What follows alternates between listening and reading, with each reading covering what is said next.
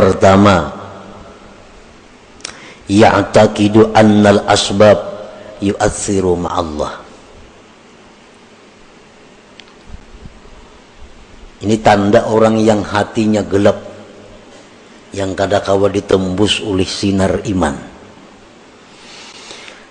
Orang yang mengiktikadkan bahwa sebab itu memberi bekas beserta Allah dalam hatinya nih. Dalam hatinya nih sebab itu menentukan. Bujur aja Allah semuaan, tapi mau kada bercari awal makan. Nah contohnya ini contoh orang yang mengiktikadkan sebab menentukan, memberi bekas beserta Allah. Bujur aja Tuhan nang maampih akan garing, mau kada berobat maulah ampih. Nah bujur aja nang manganyangakan itu Tuhan, mun kada makan maulah kanyang. Bila hati kita mengiktikadkan seperti itu, berarti kita ini mengiktikadkan sebab itu memberi bekas. Para muhibbin rahimakumullah, Allah Ta'ala memerintahkan kita untuk bersebab. Itu perintah. Allah memerintahkan kita untuk bersebab, berusaha, berobat, makan. Itu dalam Quran ada semuaan perintahnya. Tetapi jangan sampai sebab itu disamakan dengan musabbib, dengan Allah. Cari aja sebab, Tuhan kada melarang. Cari aja makanan, cari aja obat-obatan, cari aja usaha, Tuhan bahkan menyuruh. Tapi ingat bahwa itu sebab adalah tidak menentukan apa-apa. Yang memberi bekas itu Allah. Nah kalau kita ditakuni, bisakah kanyang tanpa makan? Bisa. Bisakah sembuh kada berobat? Bisa. Bisakah sugih kada berusaha? Bisa. Bila kita mengiktikadkan di hati, mun kada makan maulah kanyang, kada mau. Nah, itu i'tikad nang salah. Itu menunjukkan bahwa hatinya gelap, hatinya berkarat. Jadi nang sebab kita i'tikadkan sebab, nang musabbib Allah i'tikadkan Allah. Kedua-duanya ini dicari, tapi ada tingkatan-tingkatannya. Nang sebab jangan disamakan dengan musabbib. Maka itu para yai berusaha, adanya kah itu maksudnya. Maka itu para makanan. Nah, Allah menyuruh makan, Allah nyuruh berusaha, tapi Allah melarang kita mengiktikadkan makanan itu nang menganyangi. Itu aja yang dilarang Tuhan. Tuhan menyuruh berobat, tapi Allah melarang kita mengiktikadkan obat itu yang menyembuhkan. Ayo coba obat. Nah, pertama tanda orang yang hatinya berkarat adalah dia mengiktikadkan bahwa sebab itu memberi bekas beserta Allah. Yang kedua tandanya orang yang hati berkarat, la yakhafu bima aw'adahu Allah ta'ala bin nar awil azab awil la'nah. Dia tidak takut pada sesuatu yang diancam oleh Allah dengan neraka atau azab atau laknat. Dia kada takut. Jar Tuhan, kamu jangan berzina. Zina itu azabnya pedih. Masih aja mau melakukan. Nah, ada takutan. Ujar Tuhan, ikam jangan mendekati zina. Ujar Tuhan, ikam jangan melakukan riba, karena bila ikam riba itu ikam bermusuh lawan aku. Tetap inya riba. Maka ada takutan. Nah, ini tandanya hati itu sudah masyghub bid dunyal ajilah. Jar Tuhan jangan melakukan ini, ikam dilaknat kena. Tahu ada rencak yang dengar, mendengar di ceramah, di TV, di radio, di mana-mana mendengar ini jangan nih dilaknat, tatap aja digawi. Nah ini hatinya sudah kada kawa ditembus lagi oleh cahaya iman, Islam dan ihsan.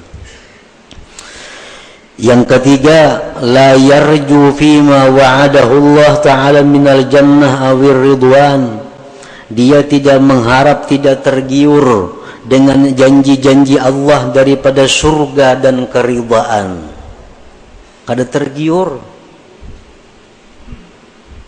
Jar Tuhan ikam laksanakan ini, balasannya surga bidadari 1000 orang. Kada ada beliau-liur. Kada ada hendak, kada ada meminat, kada menyambut. Nah hati ini kada menyambut. Berarti hati kita tertutup. Al-Quran mengatakan, hadis Rasul mengatakan, baca ini, baca ini surah ini, baca tiap malam. Tumat saja bacanya. Bila ikam baca surah itu, ikam kena mati ke surga, dirabutakan bidadari. Ada tak baca-baca. Nah,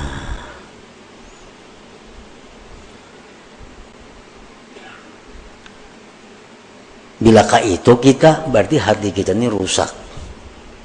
Hati kita rusak. Yang keempat, la yantafi'u bil ilm. Kada kau mengambil manfaat lawan ilmu. Mengaji ya, turun aja tiap kali pengajian, perajinnya lagi. Tapi kelakuan tatap pada berubah-ubah. Nang riba masih riba, nang ketujuh bazina masih ketujuh bazina, nang ketujuh minum arak masih minum arak, nang ketujuh buka aurat masih membuka aurat. Pada turun terus ke pengajian perajinnya. La yantafi'u bi ilmih, kada kau mengambil manfaat dengan ilmu. Berarti hatinya itu kada kau ditembus oleh ilmu. Kenapa? Terdinding oleh kecintaannya kepada selain Allah. Yang kelima, la yantafi'u bi mukhalatatis salihin. Kada ada mengambil manfaat dengan bakawan, bergabung lawan orang saleh. Kawanan ini orang-orang alim, kawanan tuan guru, kos itu kamari. Tapi tatap kelakuan, bila jauh pula tuan guru, iya sudah. Bapakaiannya, pamandirannya, kelakuannya, kayak ada orang bakawan tuan guru. Kayak kada bakawan orang saleh, kada kayak bakawan lawan habaib. Nah ini bahaya ini orang. Kenapa? Artinya cahaya yang ada pada orang saleh itu kada kau menembus hatinya. Bakawan orang saleh macam itu, apalagi bakawan yang kada saleh. La yantafi bimuhalatatis salihin, kada ada mengambil manfaat dengan bakawan orang saleh. Padahal sudah macam-macam perkataan para ulama, bakawan orang saleh itu menimbulkan rajin beribadah, menimbulkan takut kepada dosa. Itu sudah fitrahnya bakawan orang saleh. Ada ini kada.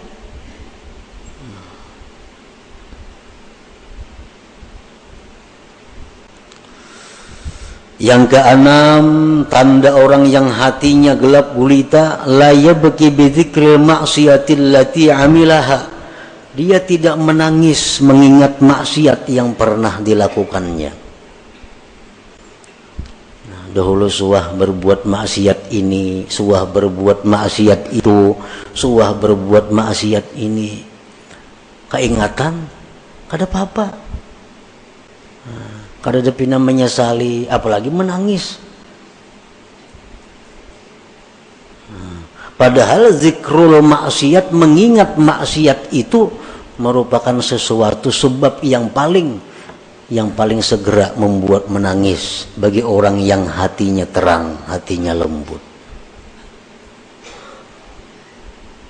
Mengatakan dosa-dosa kita bahari itu adalah kita tertangis.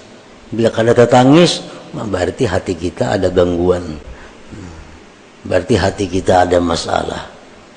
Kalau kita bujur-bujur hati nang diterangi dengan cahaya iman, ingat dosa bahari, tertunduk kita menangis.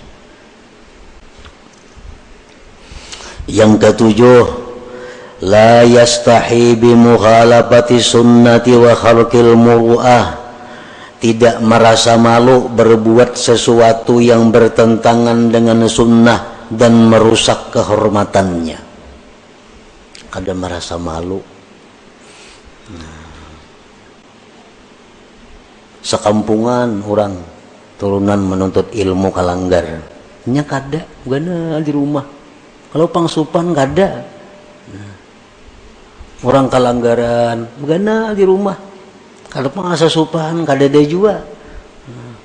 Orang batapihan nya kujuk-kujuk besulawar handap, kada ada supan, kada ada rakit di tangan, kada ada supan. Ini parak maghrib arena, kada ada supan. Berarti hati orang ini sudah kada kawa ditembus lagi dengan cahaya iman. Yang kedelapan, la yakhsaru bitarkit ta'ah. Tidak merasa rugi meninggalkan taat. Kada merasa rugi. Ada orang taat berbuat ibadah, inya kadang gawe, kada ada rasa rugi. Nah, kalau orang-orang beriman macam sahabat Nabi, para tabi'in, generasi-generasi pendahulu kita, kalau orang tuh kada sampat misalnya sembahyang berjamaah karena ada masalah apakah kelalaiannya, kada sampat tuntung ke masjid, orang sudah bubar berjamaah, mati-matiannya menangis, menyasa rugi karena kada sempat berbuat taat ini. Nah, itu tanda orang hati yang terang. Kehilangan kesempatan berbuat taat itu kerugian yang besar. Bila kita kada merasa rugi, nah itu ada masalah. Hati kita ini ada kegelapannya. Yang kesembilan, la yajidu halawatat taat. Dia kada merasakan manisnya taat. Nyata ibadah kada ada senyamannya. Ibadah tuh kada ada nikmatnya. Orang nang gelap hati itu jelas sudah ibadahnya kada nyaman. Nang apa aja nak lakas tuntung. Membaca Yasin nak lakas tuntung. Membaca Quran apa nak lakas tuntung. Umpat pengajian nak lakas tuntung. Kada nyaman. La yajidu halawatat ta'ah, dia kadang menemui manisnya taat. Padahal taat itu mestinya manis, mestinya nikmat bagi orang yang hatinya terang. Yang ke-10, la yahtammu bima asabal muslimin minal bala wal mihan. Dia tidak prihatin terhadap bala musibah yang menimpa kaum muslimin. Orang kena musibah hanya biasa-biasa, cuek. Orang kena bala, padahal mestinya begitu kita mendengar ada orang Islam kena bala, minimal kita mendoakan bahwa dia dapat keringanan, dapat kemudahan, ketabahan dari Allah. Itu paling kada itu. Nah, para muhibbin rahimakumullah, berapa macam di antara 10 tadi yang ada pada diri kita. Bila komplit berarti buta hati ngarannya. Bila ke-10-nya itu ada.